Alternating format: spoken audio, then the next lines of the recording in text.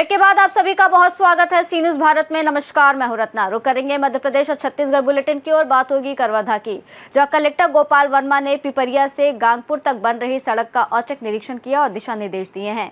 साथ ही बात होगी पन्ना की, जहां कलेक्टर उषा परमार ने देवेंद्र नगर और गुनौर क्षेत्र के विभिन्न गेहूं उपार्जन केंद्रों का औचक निरीक्षण कर व्यवस्थाओं का जायजा लिया है। ऐसी तमाम खबरों पर विस्तार से चर्चा करेंगे। खबर करवर्धा से है, जहां कलेक्टर गोपाल वर्मा ने पिपरिया से गांगपुर तक बन रही सड़क का औचक निरीक्षण किया, जहां उन्होंने मौके पर पहुंचकर निर्माण कार्य की गुणवत्ता की जांच की और मटेरियल की क्वालिटी और मात्रा को परखा। लोक निर्माण विभाग द्वारा कराए जा रहे इस कार्य में कार्यपालन अभियंता ने बताया कि फिलहाल डामर की लेयर बिछाई गई है और आगे कॉम्पैक्शन का कार्य किया जाना है। कलेक्टर ने ठेकेदार और इंजीनियर को स्पष्ट निर्देश दिए हैं कि निर्माण कार्य पूरी तरह निर्धारित मानकों और गुणवत्ता के अनुसार ही होना चाहिए। सामग्री का सही अनुपात में उपयोग अनिवार्य है और इसके साथ ही उन्होंने अधिकारियों को नियमित फील्ड मॉनिटरिंग करने और लापरवाही पर सख्त कार्रवाई की चेतावनी भी दी है। यहाँ एक तो पीडब्ल्यूडी का रोड बन रहा है, उसके साथ साथ ये पिपरिया में जैसे मंगल भवन है, निर्माण कार्य हो रहा है। इसके अतिरिक्त आपका जो PMGSY रोड का, ये सब का निरीक्षण करने आया था। अभी जांच किए हैं, सैंपल लिए हैं, देखते हैं इसमें क्या। प्रथम दृष्टि क्या मिले? अभी जांच रिपोर्ट आया नहीं है, फाइनली रिपोर्ट आने के बाद बताएंगे। अभी सैंपल लिए हैं। करवधा से सीनियर संवाददाता दीपेश जांगड़े की रिपोर्ट। पन्ना जिले की कलेक्टर उषा परमार ने देवेंद्र नगर और गुनौर क्षेत्र के विभिन्न गेहूं उपार्जन केंद्रों का औचक निरीक्षण कर व्यवस्थाओं का जायजा लिया और किसानों से रूबरू होकर उनकी समस्याओं की जानकारी ली।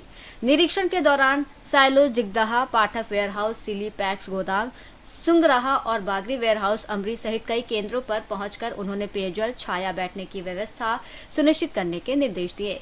कलेक्टर ने अधिकारियों को समय पर तुलाई, भंडारण, बारदाना और भुगतान प्रक्रिया में किसी भी प्रकार की लापरवाही न बरतने की सख्त हिदायत दी और स्लॉट बुकिंग के अनुसार पारदर्शी तरीके से खरीद कार्य में तेजी लाने के निर्देश दिए। उन्होंने उपार्जन केंद्रों पर किसानों से संवाद कर समस्याएं सुनी और तहसील स्तर के अधिकारियों को सतत निगरानी की जिम्मेदारी सौंपी। इसके साथ ही देवेंद्र नगर तहसील कार्यालय में बैठकर उपार्जन और भंडारण व्यवस्था की समीक्षा भी की गई। पन्ना से सीनियर संवाददाता रीना सोनी की रिपोर्ट। रीवा शहर में जल संकट और दूषित पेयजल की समस्या को लेकर हालात गंभीर होते जा रहे हैं, जहां कई इलाकों में पानी की सप्लाई पूरी तरह ठप है और जिन क्षेत्रों में आपूर्ति हो भी रही है वहां गंदा और बदबूदार पानी आने से लोगों में आक्रोश बढ़ता जा रहा है। समाज सेवी अविराज ने नगर निगम आयुक्त को पत्र लिखकर प्रशासन की लापरवाही पर कड़ी नाराजगी जताई है और इसे जनता के स्वास्थ्य के साथ खिलवाड़ बताया है। उन्होंने चेतावनी दी है कि यदि जल्द ही स्वच्छ और नियमित पेयजल आपूर्ति सुनिश्चित नहीं की गई और दूषित पानी की जांच कर जिम्मेदारों पर कार्रवाई नहीं हुई तो जनता सड़कों पर उतरने को मजबूर होगी। पानी की समस्या शहर में विकराल रूप लेती जा रही है।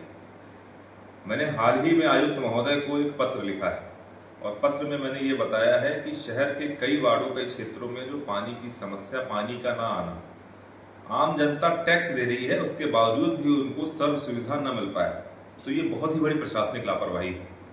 एक तो पानी का ना आना, दूसरा कहीं भी अगर पानी मिल भी रहा है तो पाइपलाइन के लीकेज और मेंटेनेंस के नाम की वजह से लोगों को प्रदूषित पानी मिलना, तो ये आप समझ रहे हैं कि कितनी बड़ी बीमारियों की तरफ आम जनता को ढकेला जा रहा है।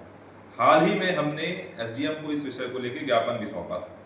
मैंने पत्र के माध्यम से नवागत आयुक्त महोदय से आग्रह किया, निवेदन किया है कि आप शहर के समस्त वार्डों में निरीक्षण करें और जहां कहीं भी समस्या, पानी की ये समस्या अगर सामने देखने को मिल रही है उसको आप निदान करें।